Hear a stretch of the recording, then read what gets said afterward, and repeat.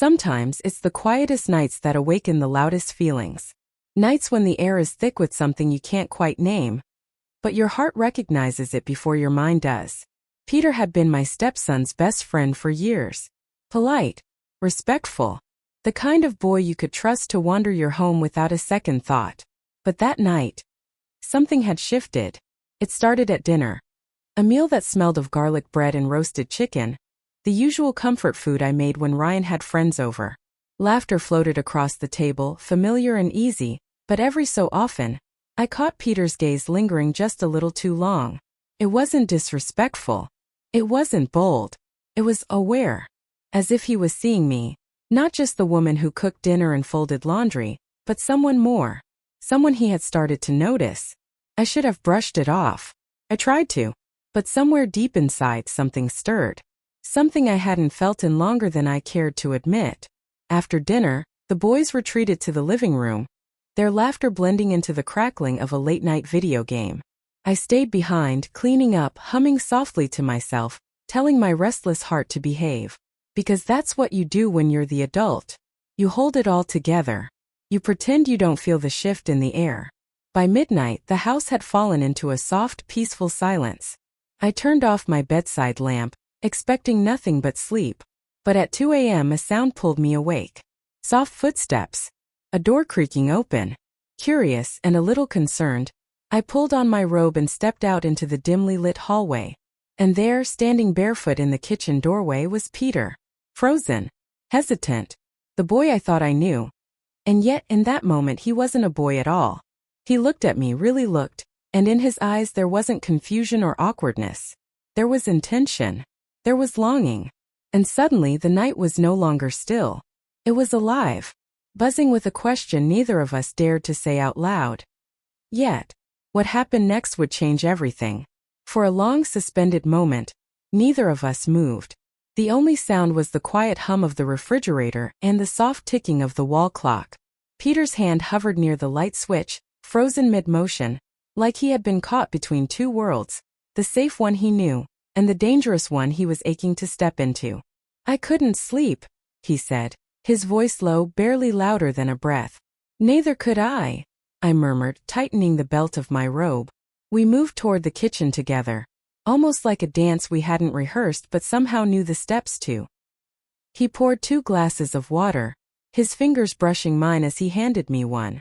It was a simple touch, nothing more. But it sent a current through my veins stronger than anything I'd felt in years. We stood there in the faint glow of the stove light, sipping in silence. The kind of silence that vibrated with things unsaid. "You look tired," Peter said, his voice softer now, almost reverent. I forced a small laugh. "Long week." He set his glass down slowly, his gaze never leaving mine. "But who takes care of you?" he asked. The question hit me harder than I was ready for. Not because it was bold, but because it was true. I managed a tight smile. "I manage." He stepped closer. Just an inch. Enough for me to feel the shift in the air again, that dangerous pull, magnetic and inevitable. "You don't always have to," he whispered. Something inside me cracked. Not broken, but opened. A forgotten door I had kept sealed for far too long. I turned, meaning to escape, to flee back into the safety of my room, my role, my armor. But my hip caught the edge of the counter, sending a sharp jolt through my body. Before I could stumble, Peter's hands were on me. Steadying, anchoring. Our faces were only inches apart now.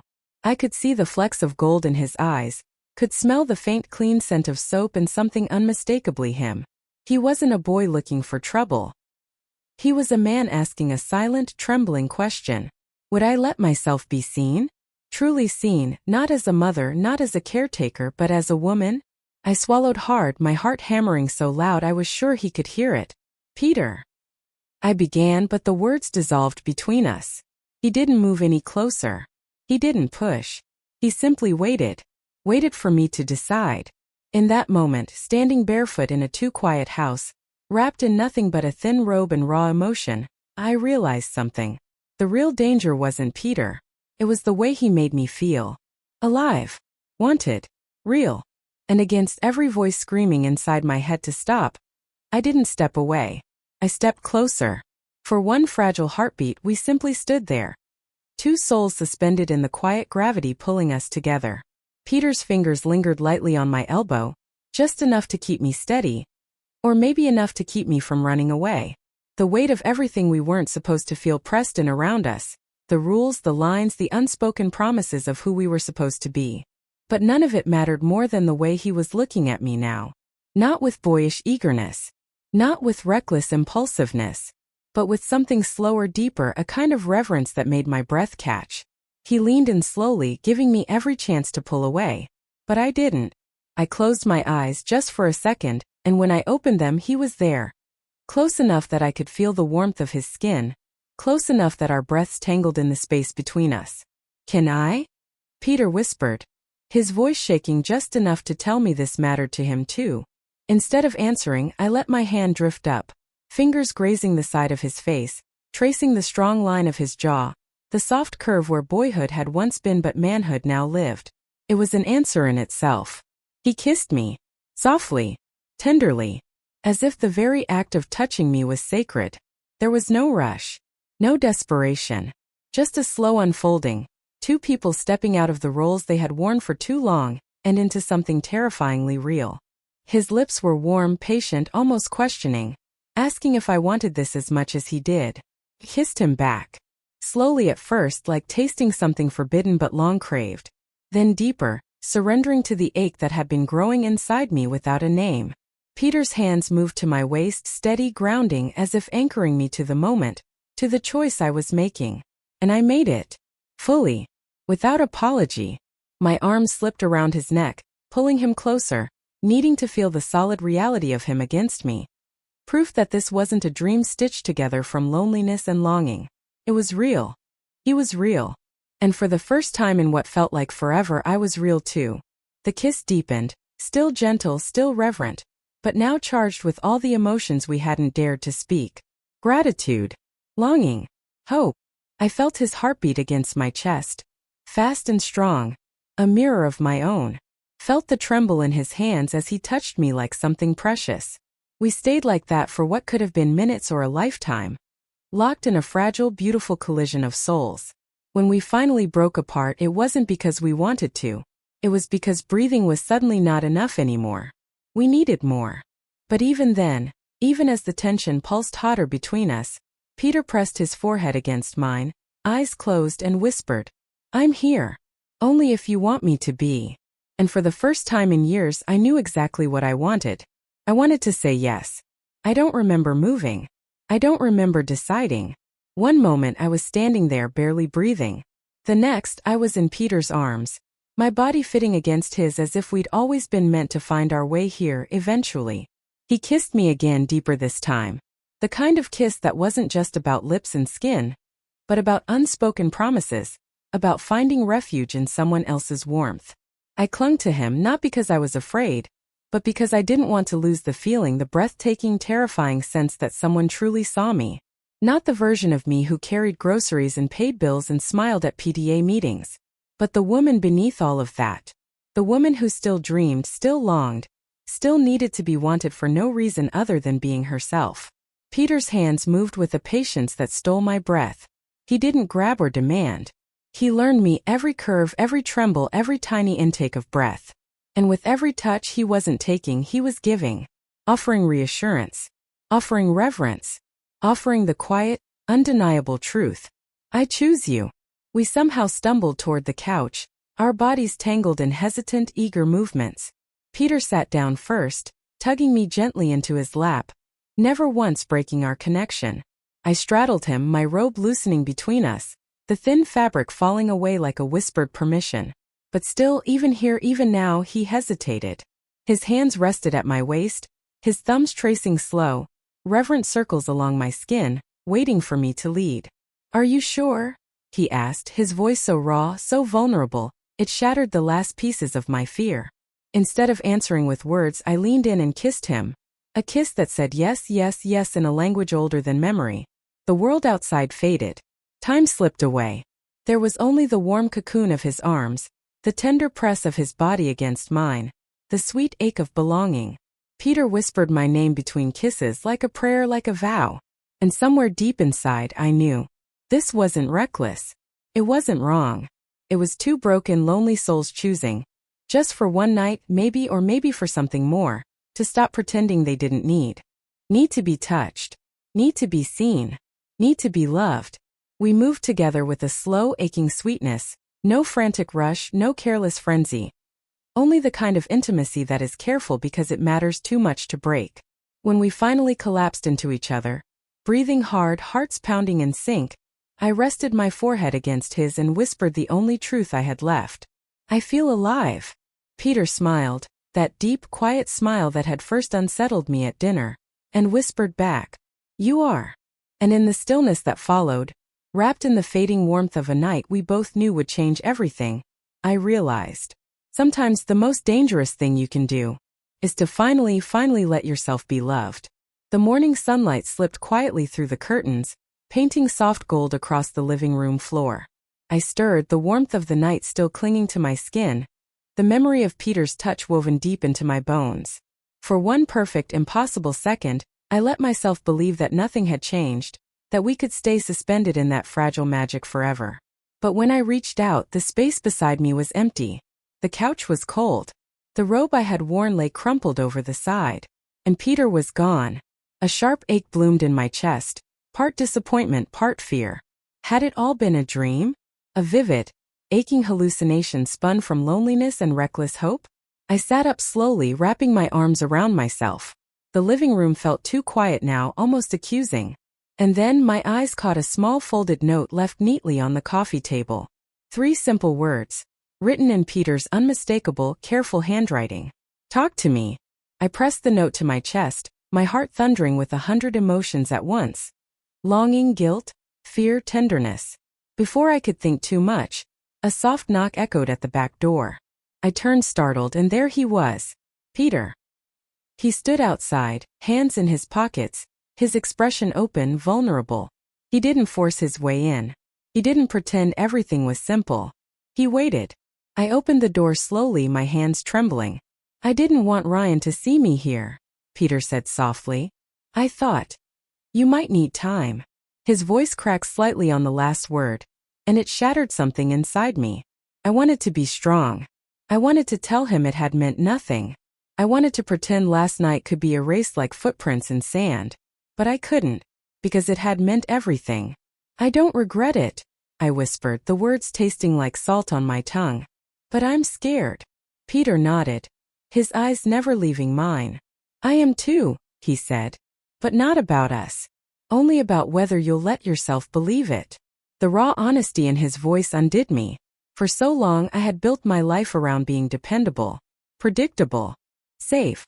But last night had reminded me, life was never meant to be lived behind walls. Without thinking, I reached for him. Peter stepped closer, his hand covering mine. Steady, patient, real. No promises. No demands. Just an unspoken vow. "I see you. I choose you. Even if the world doesn't understand." In that quiet morning light, with the world just starting to stir outside, I realized something. Choosing love, real love, is never the easy choice. But it is always the right one. And sometimes, you have to be brave enough to choose yourself first. The days that followed moved slowly, like walking through water. I went about my routines, laundry, groceries, dishes, but everything felt different. The air seemed heavier, the silences longer, and the spaces in my house, the kitchen, the hallway, the living room couch, whispered with memories I couldn't unsee, couldn't unfeel. Peter kept his distance. He didn't call. He didn't text. He honored the silence I needed, the silence I thought I wanted. But even in the quiet, I felt him. In every stolen moment when the world around me faded and all I could hear was the echo of his voice asking, "Who takes care of you?" I told myself it was better this way. Simpler. Safer. That what we shared was a beautiful mistake. Something to cherish privately and bury quietly. But at night, when the house grew too still, the truth would creep back in. It wasn't a mistake. It was real. Too real to ignore. One afternoon, as I stood in the produce aisle picking over peaches, I felt a presence before I saw it. I looked up and there he was. Peter. He didn't smile. He didn't wave. He just looked at me, the kind of look that strips away everything you're pretending to be and sees the raw, trembling truth underneath. For a heartbeat, neither of us moved. The world bustled around us. Carts squeaking, voices laughing, but inside that moment, there was only him. Only me. Only everything we hadn't said. And then the smallest nod. Barely there. But enough. A reminder. I'm still here. I'm still choosing you. I clutched the peach in my hand, grounding myself against the rush of emotions. I didn't chase after him. He didn't approach. Some things, the ones that matter most, are too sacred to be rushed. That night, alone in my kitchen, the same kitchen where everything had begun, I stood barefoot on the cold tile and let the memories wash over me. His hands. His whispered promises. The way he had waited, never demanding, always offering. I realized something then. Something quiet and devastating and beautiful. Life doesn't hand you perfect moments wrapped neatly in shiny paper. It gives you flashes, glimpses of something extraordinary, and then asks, are you brave enough to reach for it? Maybe Peter and I would never be easy. Maybe we would never fit into the tidy boxes the world wanted for us. But for the first time in years, I wasn't afraid of the questions. I was only afraid of losing the girl inside me who had dared, for one perfect night, to say yes to more. And so, standing there, surrounded by the familiar comfort of loneliness and the thrilling ache of hope, I made a quiet vow. I would not go back to sleepwalking through my life. I would not pretend that being safe was the same as being whole. I would choose feeling. I would choose wanting. I would choose me. And somewhere, maybe tomorrow, maybe next week, maybe longer, when the time was right, I would choose Peter too. 2 nights later, he came back. Not by accident. Not by excuse. But because sometimes, life refuses to let you hide from the things that matter most. It was late, well past midnight, when I heard the soft knock at the back door. My heart stuttered against my ribs, recognizing the rhythm even before my mind caught up. I opened the door slowly, and there he was. Peter. Hands shoved into the pockets of his hoodie. Eyes wide open. No more walls. No more pretending. We stood there for a long moment, the cool night air curling between us. Can I come in? He asked, voice low, almost uncertain. I nodded, stepping aside. He entered cautiously, the way you enter sacred ground. Neither of us sat down. Neither of us reached out. We just faced each other across the living room, breathing in the gravity of everything unsaid.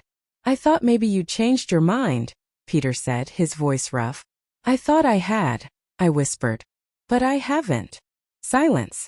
And then he spoke again, not boyishly, not impulsively, but with a slow, deliberate honesty that broke me apart.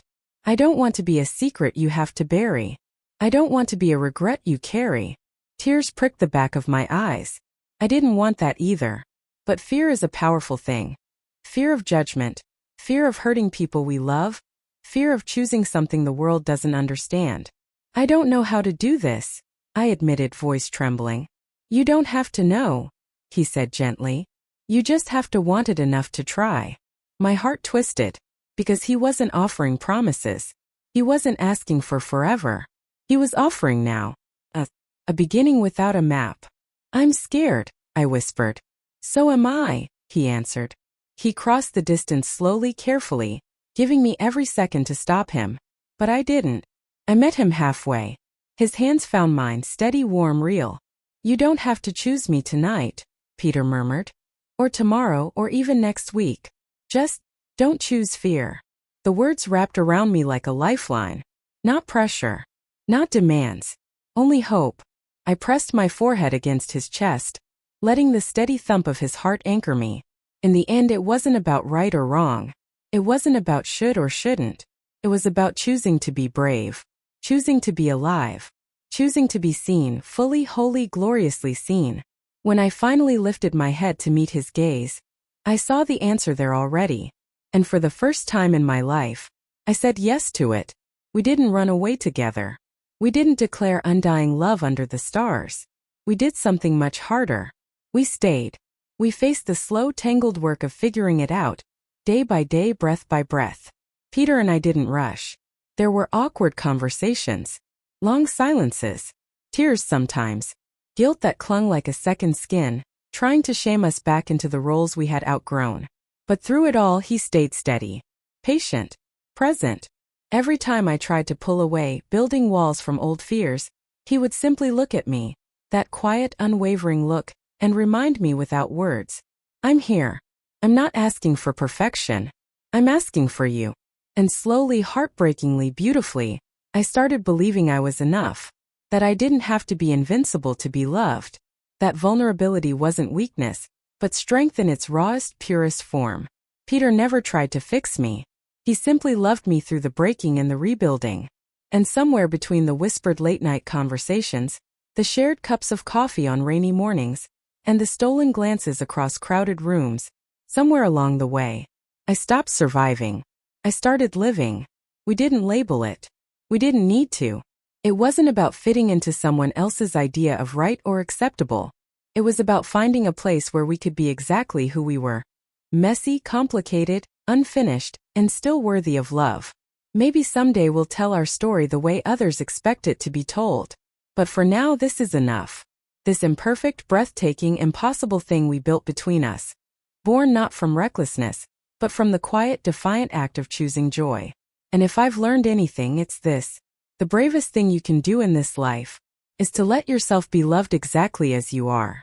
And in Peter's arms, I finally am. Sometimes, life doesn't come wrapped in neat answers or perfect timing.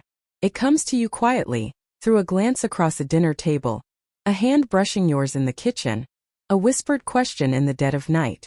Sometimes it doesn't shout.